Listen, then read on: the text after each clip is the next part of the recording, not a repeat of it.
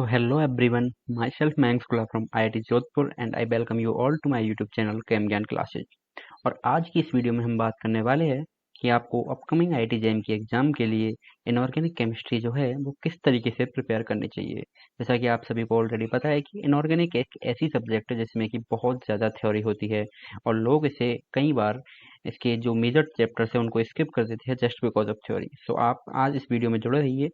आज मैं आपको बताऊंगा कि आप किस तरीके से इस थ्योरी वाले सब्जेक्ट को आईआईटी जेईई के लिए अच्छे से प्रिपेयर करके गुड रैंक सिक्योर कर सकते हैं।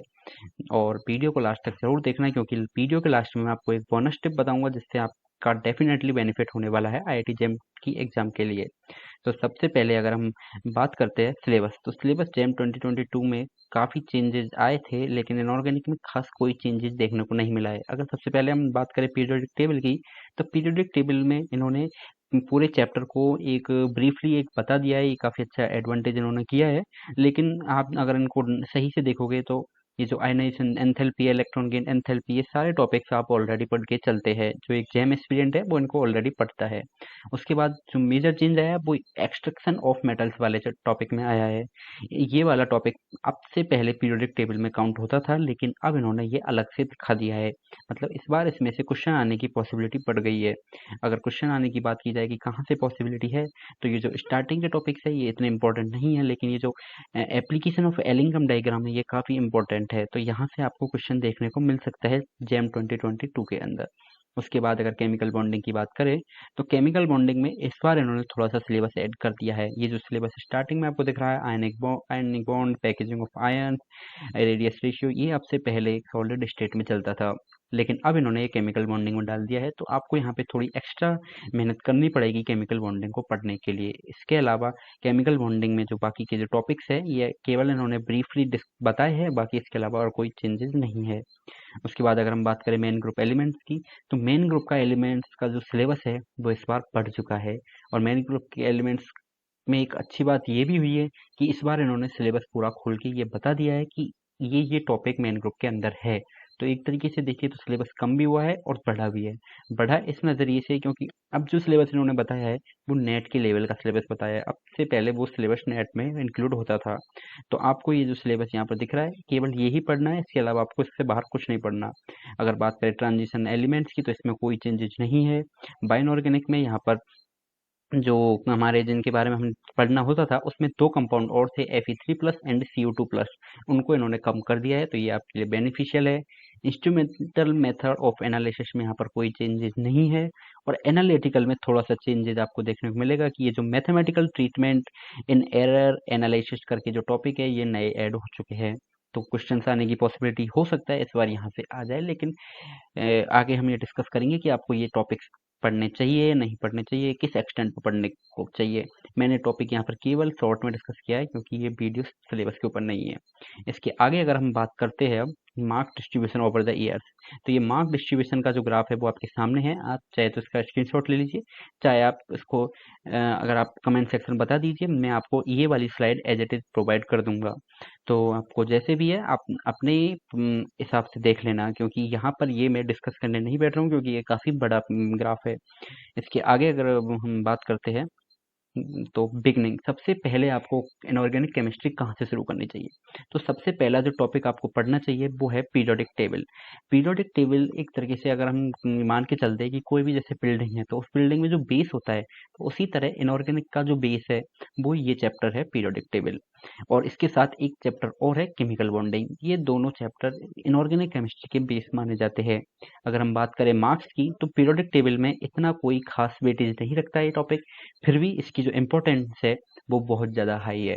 इम्पोर्टेंस होने के पीछे रीज़न ये है क्योंकि इसके अंदर जो ट्रेंड्स वगैरह है वो एग्जाम्स में बहुत ज़्यादा पूछे जाते हैं। एक तरीके से डायरेक्टली नहीं पूछे जाते लेकिन इनडायरेक्टली उनका यूज़ बहुत आता है।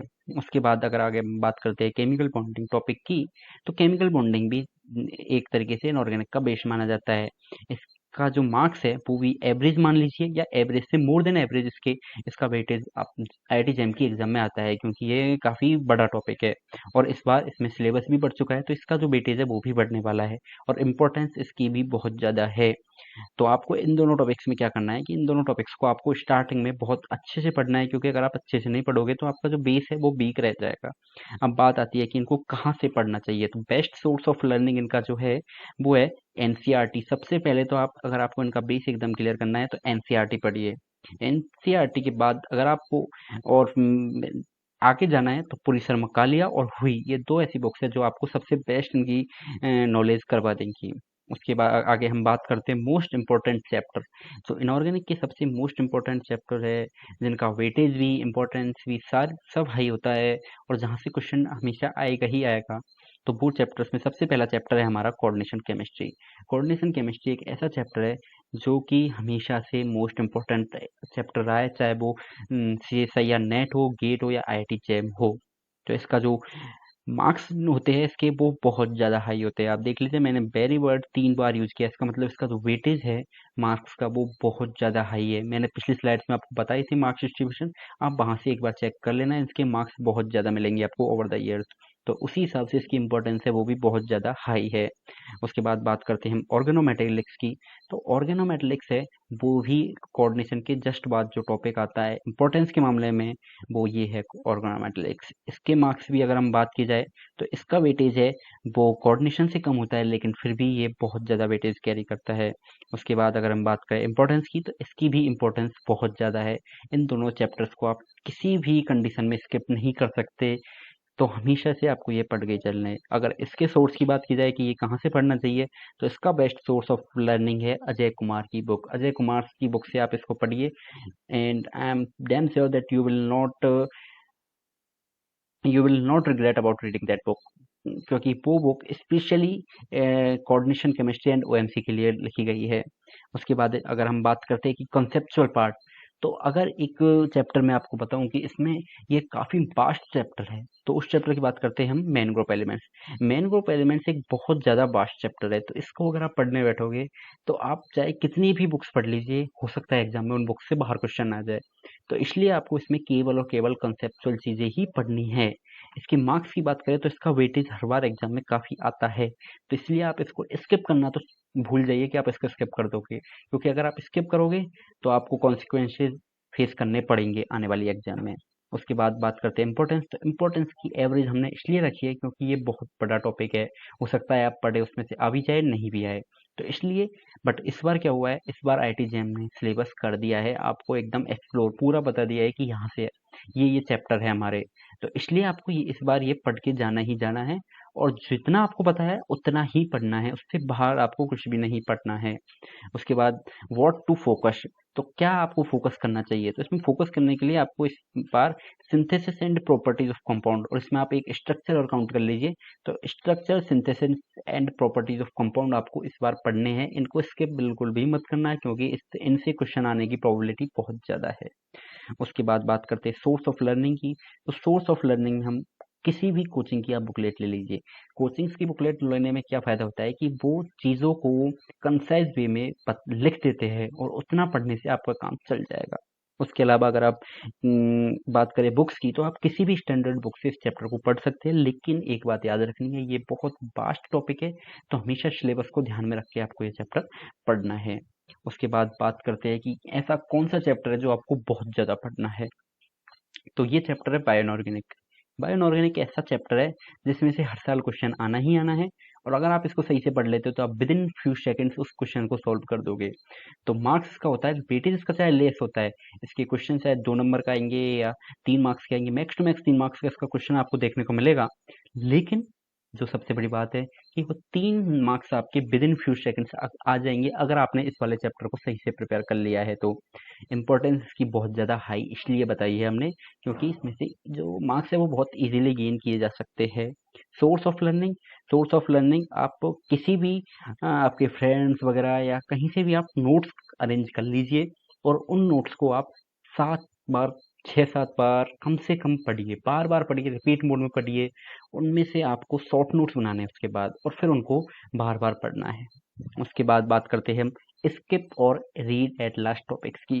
तो वो कौन से टॉपिक है जो आपको या तो स्किप करने हैं या लास्ट में पढ़ने हैं। तो सबसे पहले है एनालिटिकल केमिस्ट्री। इसका मार्क्स भी अगर आप पिछले 2 सालों में देखोगे 2020 और 2021 में, तो 0 मार्क्स है। इसमें से कोई भी क्वेश्चन नहीं आया है, तो इसके वेरी वेरी लेस है और इम्पोर्टेंस भी बहुत कम है। तो मैं ये कहूँगा कि आप इनको स्किप कीजिए, इसके बजाय आप अपना फोकस कोऑर्डिनेशन हो गया, आप केमिकल बॉन्डिंग हो गया, ऑर्गेनोमेटेलिक्स हो गया, इन चैप्टर्स पे दीजिए। उसके बाद बात करते हैं इंस्ट्रूमेंटल मेथड ऑफ एनालिसिस। इसमें से भी पिछले 2 साल में कोई क्वेश्चन नहीं आया है, तो इम्पोर्टेंस और मार्क्स इसके भी दोनों बहुत कम है, तो इसको भी आप स्किप करके चलिए। और मेटलर्जी, मेटलर्जी में क्या हुआ है कि अब तक क्वेश्चंस आने की पॉसिबिलिटी थी वो कम रहती थी, इसलिए लोग इसको स्किप कर देते थे। लेकिन सबसे बड़ी बात मैंने आपको बताया कि एलिंगम डायग्राम से इस बार क्वेश्चन आ सकता है, तो आपको ये वाले चैप्टर का जो मार्क्स है चाहे वो लेस आएंगे, लेकिन वो इम्पोर्टेंट तरीके से इसको पढ़ के जाना है, क्योंकि वहां से क्वेश्चन आ सकता है, तो आपको इजीली मार्क्स मिल जाएंगे। और जब आपको 100 का नंबर का पेपर हो, तो एक एक दो दो मार्क्स भी रैंक्स में बहुत डिफरेंस पैदा कर देते हैं।